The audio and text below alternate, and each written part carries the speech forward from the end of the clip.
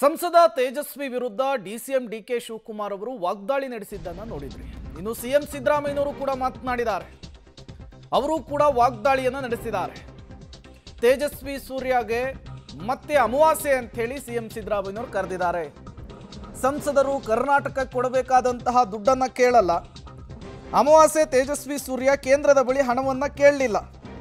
ಕುಮಾರಸ್ವಾಮಿ, ಶೋಭಾ ಕರಂದ್ಲಾಜೆ ಯಾರೂ ಕೂಡ ಹಣ ತರಲ್ಲ.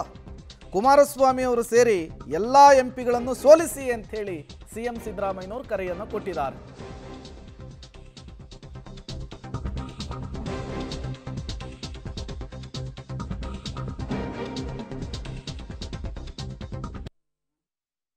ಅಪ್ಪರ್ ಭದ್ರಾ ನೀರಾವರಿ ಪ್ರಾಜೆಕ್ಟ್ 5,300 ಕೋಟಿ ಕೊಡ್ತೀನಿ ಅಂತೇಳಿ ಈ ಅಮ್ಮ ಎಂತ ಯಾರು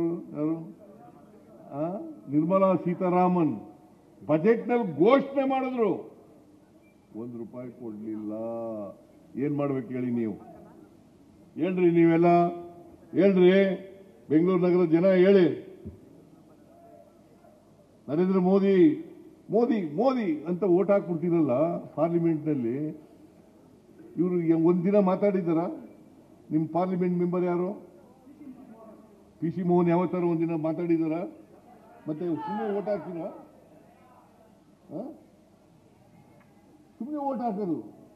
ಒಂದು ದಿನ ಕರ್ನಾಟಕಕ್ಕೆ ಅನ್ಯಾಯ ಆಯಿತು, ಕರ್ನಾಟಕಕ್ಕೆ ಕೊಡಬೇಕಾಗಿರ್ತಕ್ಕಂಥ ಹಣ ಕೊಡಿ ಅಂತ ಹೇಳಿ ಕೇಳಕ್ಕಾಗ್ಲಿಲ್ಲ ಇವ್ರಿಗೆ. ಒಂದು ದಿನ ಮಾತಾಡಲಿಲ್ಲ. ಅವ್ರು ಯಾರೋ ಒಬ್ಬ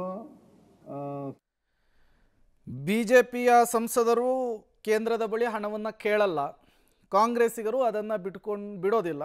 ಅಲ್ಲಿಗೆ ಇವರ ಈ ರಾಜಕೀಯ ಜಟಾಪಟಿ ಸದ್ಯಕ್ಕೆ ಮುಗಿಯೋ ಹಂಗೆ ಕಾಣಿಸ್ತಾ ಇಲ್ಲ. ಹೋದಲ್ಲಿ ಬಂದಲ್ಲಿ ಕಾಂಗ್ರೆಸ್ಸಿಗರು ಇದನ್ನೇ ಇಟ್ಕೊಂಡು ಎಳೆದಾಡ್ತಾ ಇದ್ದಾರೆ. ಅಭಿವೃದ್ಧಿ ವಿಚಾರ ಬಂದಾಗ, ರಸ್ತೆ ಗುಂಡಿಗಳ ಸಮಸ್ಯೆ ಬಂದಾಗ ಮತ್ತೆ ಈ ವಿಚಾರವನ್ನು ಪ್ರಸ್ತಾಪಿಸಿ ಬಿಜೆಪಿಗರ ವಿರುದ್ಧ ಮುಗಿಬೀಳ್ತಾ ಇದ್ದಾರೆ.